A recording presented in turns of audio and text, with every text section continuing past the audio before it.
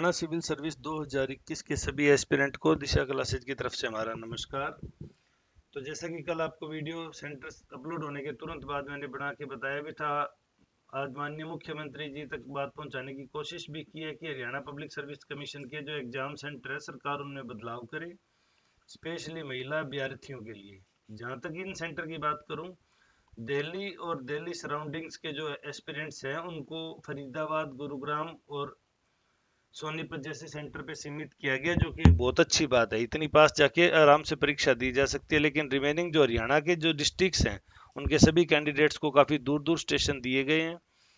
तो हमारा हरियाणा सरकार से अनुरोध भी है इस मामले में कि जरूरत हो तो सेंटर पे बदलाव करें। ये कोई बहुत मुश्किल और बहुत पेचीदा काम नहीं है। जैसा कि आप देखेंगे, कल जो नोटिफिकेशन जारी हुआ था 26/2/2021 को पब्लिकेशन हुआ था और अब 26/7/2022 को पेपर हो रहा है, यानी लगभग 12 और 5 17 महीने मतलब लगभग 500 से 510-15 दिन बाद में जब ये परीक्षा हो रही है, तो सरकार को थोड़ा सोचना चाहिए कि ऐसे हालात ना बनाए कि अभ्यर्थी हैं वो अपने सेंटर पे ही ना पहुंच पाए, उनको किसी भारी दिक्कत का सामना करना पड़े। यहाँ कुछ छोटे छोटे पॉइंट्स हैं जो ज़्यादातर सवालों में पूछे गए थे पिछले वीडियो में। तो मेरा आपसे अनुरोध है कि अगर आप ये वीडियो देख रहे हैं तो आप अपना सेंटर और अपना होम डिस्ट्रिक्ट शेयर करें ताकि सरकार तक डेटा पहुंचाया जा सके कि लगभग लगभग जहां तक अभी तक कंक्लूजन निकला है 210 से लेके 300 किलोमीटर दूर है, वो लगभग लगभग सभी को फेंका गया। जिसमें सबसे बड़ी बात है महिला अभ्यर्थी जिनके छोटे बच्चे हैं उनको भेजा गया है। उसके अलावा पुरुष अभ्यर्थियों को तो मैक्सिमम दूर जिला अलॉट किया गया, जो कोई एक अच्छी बात नहीं है। दूसरी बात, कावड़ यात्रा है, उसकी वजह से सड़क पर भारी भीड़ रहने वाली है क्योंकि 24 जुलाई को एग्जाम है, 24 जुलाई 2022 को, और 26 जुलाई को महाशिवरात्रि है। तो जो लोग जलाभिषेक करने जा रहे होंगे या लौट के आ रहे होंगे वो दोनों सड़क पर भारी भीड़ के रूप में होंगे। तो इस वजह से जो सेंटर 4 से 5 घंटे का दूरी पे दिखा रहा है उसको 7 से 8 घंटे संभावित है। तो 7 से 8 घंटे पहले निकलने का मतलब है सुबह अगर 8:30 पे पहुंचना है तो आपको रात 12 बजे निकलना पड़ेगा। और रात 12 बजे परीक्षा के लिए निकलना किसी भी रूप में ना तो सेफ्टी पर्सपेक्टिव में है, ना फीमेल अभ्यर्थियों की सुरक्षा की पर्सपेक्टिव में है उनके, ये किसी भी रूप में सही नहीं है। दूसरा, एक दिन में 2 पेपर है, इसलिए समय पर पहुंचना सबसे बड़ी चुनौती रहने वाली है। अगर यही पेपर सिंगल शिफ्ट का 12 से 2 होता तो किसी को इतनी दूर सेंटर में जो दिक्कत होती वो ट्रैवलिंग में उसकी कवर अप हो जाती। मान लो सुबह अगर 6 बजे भी निकलता तो 10 से 11 बजे तक अपने सेंटर पहुंच जाता और 12 बजे परीक्षा देके 2 बजे उसे वापसी की बस भी मिल जाती। लेकिन हम जानते हैं ये परीक्षा 10 से 12 और 3 से 5 है। तो 5 बजे बाद जनरली हरियाणा रोडवेज की 80-90% बसें हैं वो बंद हो जाती हैं, वो किसी सेंटर के लिए रन नहीं करती। तो वो अभ्यर्थी जो बसों के थ्रू आएंगे उनको उस शहर से निकल के अपने मूल शहर में वापस जाने में, अपने ग्रामीण में वापस जाने में खासी दिक्कत होने वाली है। तो इसका अल्टरनेट क्या हो? इसका अल्टरनेट हो पर्सनल व्हीकल यूज करें। पर्सनल व्हीकल में 5,000 रुपये से अधिक खर्चा संभावित है, क्योंकि अगर आप 250 किलोमीटर की भी एवरेज मानते हैं तो 500 किलोमीटर आपकी गाड़ी चलेगी। 10 रुपये किलोमीटर के हिसाब से 5,000 रुपये तो आपके सिर्फ कैन पेट्रोल डीजल के या टैक्स का हो गया। उसके अलावा वो टैक्स लेगा, ड्राइवर चार्ज आपका वहाँ जाना, एक गाड़ी में आपको पार्टनर कैसा मिलता है उसके व्यवहार के अनुसार आप कंफर्टेबल फील करते हो नहीं करते, बहुत सी चीज़ें हो जाएगी। यानी कुल मिला के अब ये संभावना है कि क्या ये अमीरों का एग्जाम बन जाएगा, HCS एग्जाम, जो पर्सनल गाड़ियां, पर्सनल ड्राइवर व्हीकल यूज करके 200, 250, 300 किलोमीटर आराम से चले जाते हैं, या किसी होटल में 2,000, 4,000 का कमरा भी खुला लेते हैं। बड़ी हैरानी की बात है कि कल के बाद से जो जो डिस्ट्रिक्ट हेडक्वार्टर स्टेशन बने वहाँ होटल के किरायों में रात रात में ही वृद्धि हो गई है। यानी जो आज 24 तारीख की बुकिंग आप लेना चाहेंगे वो जो कल अगर 800 रुपये में मिल रही थी, आज उसके रेट बढ़ा के 1,300 रुपये तक कर दिए हैं।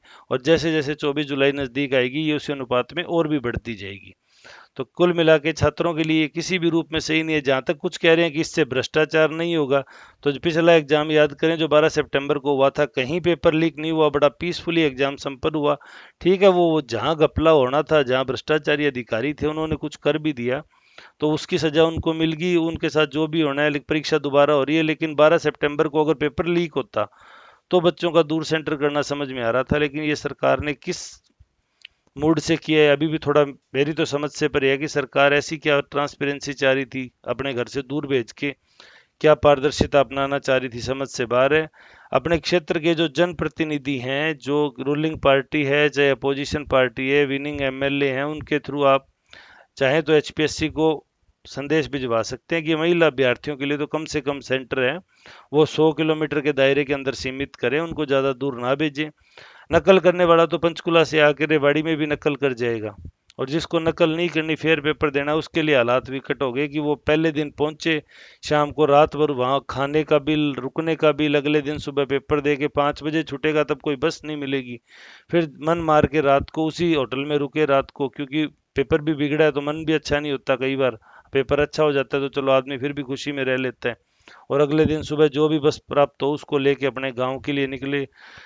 लड़कियों को जिनके छोटे बच्चे हैं, 2-2 3-3 दिन अपने बच्चों से दूर इस तरह रहना, ट्रैवल करना बड़ा मुश्किल भरा काम है। तो हमारा एचपीएससी से फिर से अनुरोध है कि एक बार फिर से चर्चा करे।